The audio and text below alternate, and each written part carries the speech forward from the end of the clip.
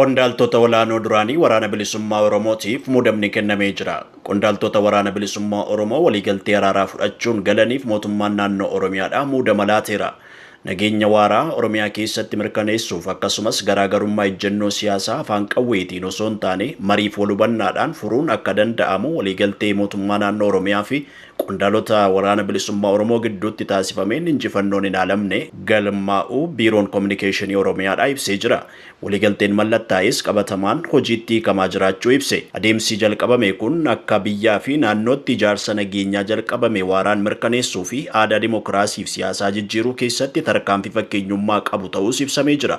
Aluma kanaan obbo Yaadasaa Nagaasaa sadarkaa hoogganaa biirootti gorsaa nageenyaa pirezidaantii bulchiinsa mootummaa naannoo Oromiyaa, obbo Oromiyaa Rabbummaa Tasammaa hoogganaatti aanaa abbaa laggaa waliigalaa Oromiyaa, akkasumas obbo Toleeraa Raggaasaa hoogganaatti aanaa biiroo bulchiinsaaf nageenya Oromiyaa ta'uudhaan muudamanii jiru.